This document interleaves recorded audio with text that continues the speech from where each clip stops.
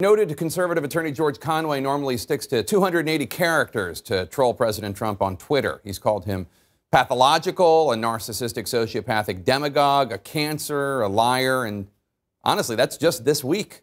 But today, the Trump critic, who just happens to be the husband of one of President Trump's most loyal advisors, Kellyanne Conway, made a rare public appearance. As CNN's Tom Foreman reports, it was not without some subtle and not so subtle digs at President Trump.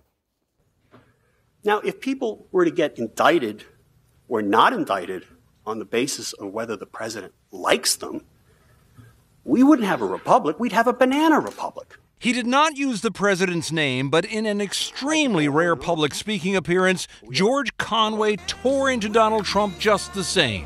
And the president has suggested that members of his own Justice Department should be locked up for investigating the president. Conway blasted Trump over his ideas on justice, his attacks on freedom of the press. That's a problem of a quite different order of magnitude. You can't have a free country with that. Conway has freely attacked the president for a long time, despite being married to top Trump advisor Kellyanne Conway. Just this past week, tweeting Trump is a fraud and an embarrassment, an inveterate liar, a narcissistic, sociopathic demagogue. Referring to the president's repeated, unproven claims of being a great student, Conway has tagged Trump summa cum liar, noting Trump's approach is to virtually never tell the truth when there is an opportunity to tell a lie, even offering an armchair diagnosis. It's pathological. It's an illness. The president has brushed him off before.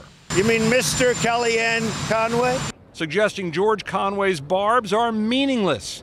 He's just trying to get publicity for himself. Kellyanne Conway clearly squirms when confronted about differences with her husband, at times suggesting such questions are fundamentally sexist. First of all, I would ask you that if you were a man and your wife were 1,000% I would. But George Conway continues to revel in the role of Trump troll-in-chief. Plus, I kind of like the fact that you can tweet at rich public officials without fear of retribution in the courts.